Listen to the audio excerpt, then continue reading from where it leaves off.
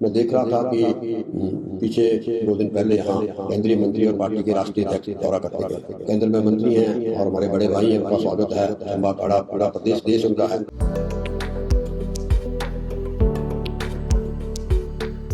प्रदेश की ग्रामीण अर्थव्यवस्था के मुख्य स्तंभ किसानों के हित में सुक्खू सरकार। अन्नदाता की जमीन अब नहीं होगी नीलाम।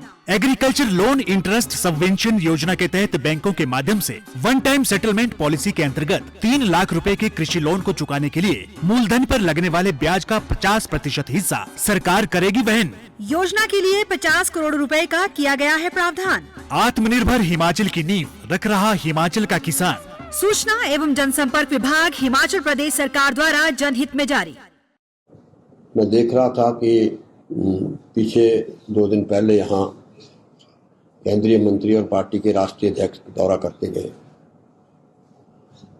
केंद्र में मंत्री हैं और हमारे बड़े भाई हैं, उनका स्वागत है। चंबा काड़ा पूरा प्रदेश देश उनका है।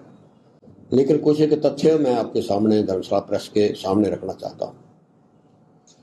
उसके बाद मैं विस्तार से कांगड़ा चंबा की थोड़ी सी बातचीत भी करूंगा। केंद्रीय स्वास्थ्य मंत्री और भाजपा के राष्ट्रीय अध्यक्ष जो कि जयप्रकाश नड्डा जी द्वारा प्रदेश सरकार पर मेडिकल डिवाइस पार्क पर ताला लगाने और भ्रष्टाचार जैसे गंभीर आरोप लगाए जो कि निराधार और हास्यास्पद हैं। प्रदेश सरकार जिला सोलन के नालागढ़ में बनने वाले मेडिकल डिवाइस पार्क का कार्य उन्होंने कहा था ताला लगाया। ग्राउंड रिपोर्ट है कि कार्य तेजी पे वर्तमान सरकार ने चला के रखा है। और ये भी बताना चाहूँगा जो फैक्ट उन्होंने दिए, इस परियोजना के लिए केंद्र सरकार की ओर से 100 करोड़ रुपया आर्थिक सहायता का प्रावधान था। 100 करोड़ रुपया केंद्र की सरकार ने देना था डिपार्टमेंट ऑफ हेल्थ ने, जिसके साथ कई शर्तें थी जिनमें जो मुख्यमंत्री कहते हैं संसाधनों को मैं लूटने नहीं दूंगा, मैं संसाधनों को बचाने आया हूं, हिमाचल को लूटने नहीं देगा, जिसके संसाधनों का नुकसान होता दिख रहा था। राज्य सरकार केंद्र का पैसा वापस लौटाती तो उस उद्योगपति को 1 रुपये प्रति वर्ग मीटर की दर से भूमि 1 रुपये 3000 कनाल बोलते वो उसको उपलब्धि कौन करते। 3000 हिमाचल प्रदेश की कनाल जमीन 12 बीघे उसको 1 रुपये पे इन्होंने लीज पे दिया था। लगभग 300 एकड़ भूमि मात्र 12 लाख रुपए में उद्योगपतियों को देनी पड़ती है। अगर हम पैसा जो उन्होंने कहा पैसा लौटाया, अब पार्क पे काम चला, उस पर आगे आऊंगा, और जिसकी असल कीमत लगभग हिमाचल जो मार्केट वैल्यू है जिसको कि हम 12 लाख रुपए में उसमें की शर्त पे दे रहे थे, उसमें उस वक्त की जो हमारी इस वक्त रेवेन्यू में जो इनकम है 500 करोड़ रुपया इनकम है उस ब्लॉक पार्क की, जिस कंडीशन पे पिछली सरकार देखी गई थी। इसलिए जो है हमने नई कंडीशनों पे और उसके 500 करोड़ रुपया मेडिकल डिवाइस पार्क की अन्य शर्तों जो कि इंडस्ट्रियलिस्ट के 3 रुपये प्रति यूनिट दर से बिजली प्रावधान, जो आदमी करोड़ों रुपए का टेंडर हुआ है, 3 रुपए तो हमारे को अति निर्धन प्रभाव वाले को देनी चाहिए। 3 इसको उपलब्धि मान रहे हो, 3 रुपए प्रति यूनिट जो है वो बिजली देने का प्रावधान था। जबकि राज्य सरकार स्वयं 7 रुपए दर से बिजली बाजार से खरीदती है, जो 4 महीने हमारे हम दिल्ली की ग्रिड से, देखिए 7 रुपए हम बिजली लेंगे और ऐसा ड्रग पार्क लगाएंगे कि उनको हम 3 रुपए की 4 रुपए सरकार के एक्सचेकर पे ही लॉस था। ये कंडीशन जो था वो थी। इसके अलावा पानी के रख रखाव और गोदाम की सुविधा भी 10 वर्षों के लिए 10 वर्षों तक बिना किसी शुल्क के उपलब्ध कराने की ये थी। यानी कि स्वागत है 12 लाख रुपए में जमीन, और उसकी अभी रेवेन्यू जो नड्डा जी कह के अभी की रेवेन्यू वैल्यू है 500 करोड़ रुपया। पिछली सरकार उसको 1 रुपये लीज पे देके चली गई। 3 रुपये यूनिट बिजली, 10 साल के लिए गोदाम भी प्रदेश की सरकार बनाएगी और पानी का, इस पानी पे भी करोड़ों रुपया खर्च हो रहा है और उसका पानी का रखरखाव वो गोदाम की सुविधा 10 वर्षों तक बिना किसी शुल्क के 1 रुपया उद्योगपति से लेगी। इसलिए मुख्यमंत्री जी कहते हैं कि उद्योगपतियों को रिबेट देने वाला वो एमओयू था, बिना किसी शुल्क के उपलब्ध कराने की शर्त की केंद्र सरकार ने ला रखी थी, यानी कि आप पानी देगी, प्रदेश की सरकार पानी देगी, बिजली देगी, गोदाम बना के देगी, आप 100 करोड़ रुपया देंगे, आपको 1 रुपए लीज पे हम 3000 कनाल जमीन देंगे और 12 लाख रुपया हम उनसे लेंगे सारी उम्र के लिए, और उसकी रेवेन्यू में वैल्यू, आजकल मार्केट वैल्यू जो है रेवेन्यू 500 करोड़ रुपया था जो हमने ब्लड डक पार्क को दिया था। और तो इस पर राज्य सरकार के करोड़ों रुपए के बर्बाद होते। इस पार्क निर्माण से जीएसटी से भी हिमाचल को कुछ नहीं मिलना है। हम प्रोडक्शन स्टेट है, कंज्यूमर स्टेट नहीं है। अगर कोई वहां डिवाइस में कोई दवाई बनती है, हम 70 लाख पे हमारे को क्या जीएसटी मिलेगा? वो लखनऊ में बिकेगी 22 करोड़ का, आओ जगी स्वागत है अरविंद जी आयो, तो 22 करोड़ की जनसंख्या वहां है, दवाई जहां बिकेगी जीएसटी उन लोगों को। हम तो प्रोडक्शन एक कंज्यूमर स्टेट पे ये इंप्लीमेंट होना था। आओ मेरे साहिबा, पपी भाई आप भी आओ।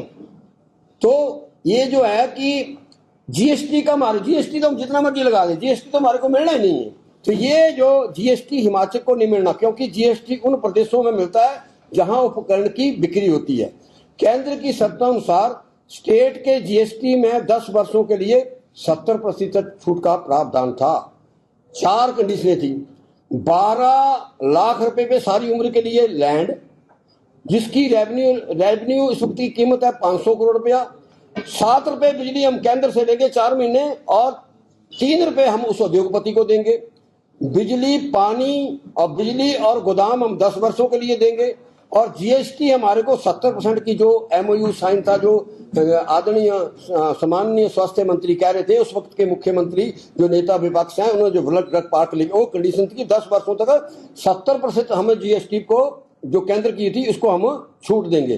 प्रदेश की संपदा को भारी नुकसान था। ये शर्त किसी भी तरह से प्रदेश के लोगों के हित में नहीं थी। वर्तमान में इस मेडिकल डिवाइस पार्क को 130 करोड़ रुपए का कार्य प्रदेश सरकार द्वारा किया जा रहा है। 130 उन्होंने 100 करोड़ रुपया दिया था। हमने मुख्यमंत्री ठाकुर सुखविंदर सिंह सुक्खू जी ने 130 करोड़ का सरकार द्वारा किए जा रहे हैं। पानी पहुंचाने का कार्य जो उन्होंने कहा ताला निराधार था, माननीय हेल्थ मिनिस्टर का कि ताला लगा हुआ है। पानी पहुंचाने का कार्य अंतिम चरण में है। बिजली का काम प्रगति पर है।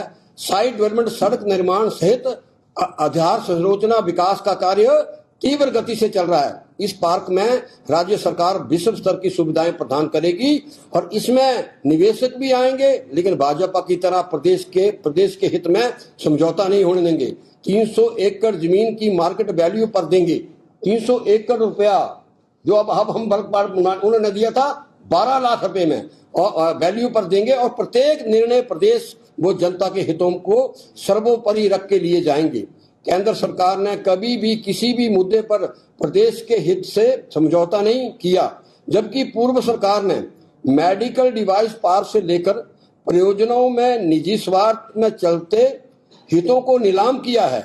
इस पार्क के निर्माण के लिए हिमाचल की किसी प्रकार का नुकसान और प्रदेश के हित सुरक्षित रहें, इसी सोच से वर्तमान मुख्यमंत्री और राज्य सरकार ने पार्क के लिए केंद्र से 25 करोड़ रुपए के ब्याज सहित वापस लौटाया है तथा 300 करोड़ रुपया इस परियोजना का स्वयं पूरा करने का निर्णय लिया है।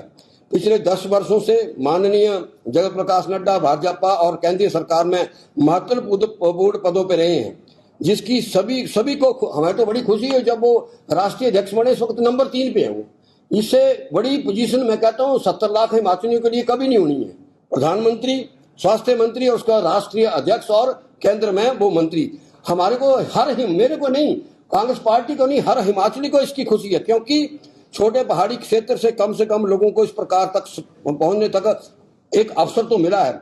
और लेकिन इस बात का खेद है कि इसके बावजूद आज हिमाचल में एक भी बड़ी परियोजना कार्य हमारे सामने नहीं है, जिसका श्रेय हमेशा जगत प्रकाश नड्डा और केंद्र सरकार दे पाए। मैं आपको बताऊं, ये मंत्री हैं, मंत्री हमारे, मैं नाम नहीं लूंगा, मैं मंत्री स्टील मिनिस्टर भी रहे हैं, एमएससी मिनिस्टर भी रहे हैं।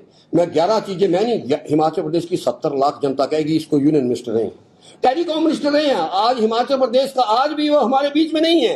केंद्र का मंत्री, उनके कार्यक्रमों को द्वारा वो जाने जाते हैं। 5 साल पिछला का टर्नओवर चला गया, अभी भी 1.5 साल का टर्नओवर हो गया। उस पे बताएं माननीय स्वास्थ्य मंत्री महोदय बड़े भाई की उन्होंने हिमाचल प्रदेश के लिए कौन सा बड़ा जो है काम किया है। श्री नड्डा राष्ट्रीय स्तर के बहुत बड़े नेता हैं और उनकी बिना समझ तथ्यों के बात करना ये शोभा नहीं देता।